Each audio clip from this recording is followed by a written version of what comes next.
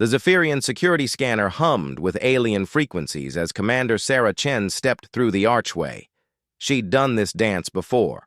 Remove the combat armor, place the plasma rifle in the designated bin, submit to the bioscan that would catalog every augmentation and modification her body carried. Standard procedure for humans entering Galactic Council space. What wasn't standard was the way the scanner's harmonic tone shifted to something almost like a shriek. The tall, crystalline Zephyrian security chief materialized beside the archway, his translucent form flickering with what Sarah had learned was either curiosity or alarm. Hard to tell with their species. "Human Chen Sarah, Commander," he said in the stilted way his people spoke Galactic Standard. "Pleased to be remaining in position for secondary scanning." Sarah sighed and raised her arms again. The secondary scanner was more invasive, mapping not just her gear and augmentations, but every scar, every break, every place her body had been damaged and healed. She felt the familiar crawl of energy across her skin as the device catalogued. The roadmap of violence written across her flesh. The Zephyrian's form suddenly blazed white-hot. "This cannot be correct," he said, his harmonic voice climbing several octaves. Scanning indicates, this unit requires supervisor consultation." 3 more Zephyrians materialized around Sarah, their forms cycling through rapid color changes. She recognized the pattern. It was their equivalent of excited chatter. One of them, bearing the darker crystalline formations that marked him, as a senior officer stepped forward. "Human Chen Sarah, Commander," he began, then paused, his form flickering uncertainly. The scans show damage consistent with..." Another pause. "Has this unit engaged in combat with a deity-class entity?" Sarah blinked. In all her years traveling Galactic Council space, she'd never been asked that particular question. "Define deity-class entity," she said carefully. The senior Zephyrian's form brightened. "Entity possessing power output exceeding planetary-scale energy generation. Entity capable of manipulating fundamental forces. Entity whose existence transcends normal parameters of physics and biology." Sarah considered this. "Yeah, I suppose you could say that." The reaction was immediate. All 4 Zephyrians began flashing in rapid, synchronized patterns, their species equivalent of dropping their jaws. Other security personnel from various species began to gather, drawn by the commotion. A Varaxian with his slug-like sensory stalks extended to maximum length. A group of insectoid Kithari clicking their mandibles in their version of whispered conversation. "This cannot be," the senior Zephyrian said. "Humans are new species. Category 7 intelligence. Physical capabilities rated as below average for sapient species. How can human Chen Sarah Commander survive encounter with deity-class entity?" Sarah scratched the scar that ran from her left temple to her jaw, a souvenir from the Battle of Kepler 438b. "Which encounter?" "I've had a few." The gathering crowd pressed closer. A Vraxian security officer oozed forward, his translator crackling to life. "Impossible," he gurgled.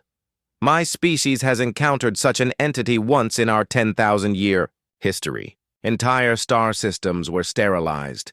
We survived only by fleeing to the galactic rim and hiding for 3 centuries." "Humans don't really do the hiding thing," Sarah said with a shrug. The Zephyrian scanner operator had been running additional scans, and now his form was cycling through colors Sarah had never seen before. "Supervisor entity," he called out. "This human shows evidence of combat with multiple deity-class entities. Scans indicate encounters with energy manipulation deity, matter reconstruction deity, gravity control deity, and..." He paused, form flickering uncertainly. "Time manipulation deity." The crowd pressed even closer. Sarah was beginning to feel like an exhibit at a zoo. "How does your species survive such encounters?" asked a Kithari, its mandibles clicking rapidly. Our legends speak of the Time Weavers. When they touched our homeworld, half our population aged to dust in moments. Sarah rolled up her sleeve, revealing the twisted scar tissue that covered most of her right arm. That would be from the Time Weaver of Proxima Station, and we survive the same way we survive everything else. We figure out how to fight back. But the energy requirements alone, protested the Vraxian. To damage a deity-class entity would require weapons that could crack planets. Or you could use their own power against them, Sarah said. Turn their weapons into weaknesses. Make them overconfident. Find the one thing they can't manipulate or control. Which is? Sarah grinned, and the expression seemed to unnerve several of the aliens present.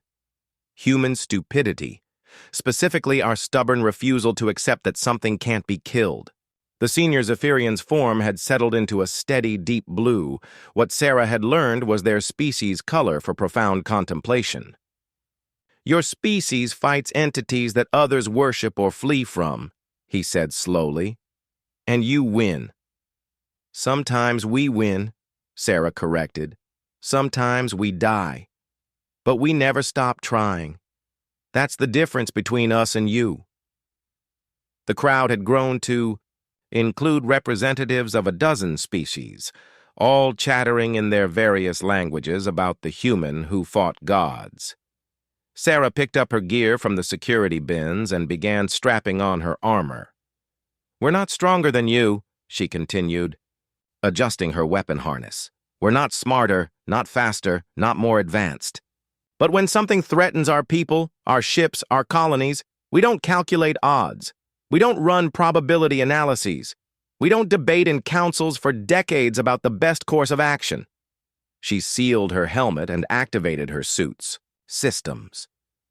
The familiar HUD flickered to life, displaying tactical information and system status. We just show up and start shooting until either we're dead or the problem is solved. The senior Zephyrian's form flickered one last time. And this is why your species was granted emergency membership in the Galactic Council after only 50 years of space travel. Sarah paused at the security checkpoint exit. Emergency membership? Did your council representative not inform you? The Zephyrian's tone carried what might have been amusement. 3 more deity-class entities have been detected in this sector. The council requires specialists. Sarah's grin widened. Well, why didn't you just say so? As she walked toward the docking bay where her ship waited, she could hear the alien security personnel behind her, their various languages creating a symphony of disbelief and grudging admiration. Just another day in the life of humanity. The species too stubborn to know when they were outmatched. Her comm unit chimed with an incoming message from Galactic Command. New mission parameters, new impossible enemy. New chance to prove that. Sometimes the best way to fight a god was simply to refuse to be impressed by one. Sarah whistled as she walked, already planning her approach to the next divine encounter.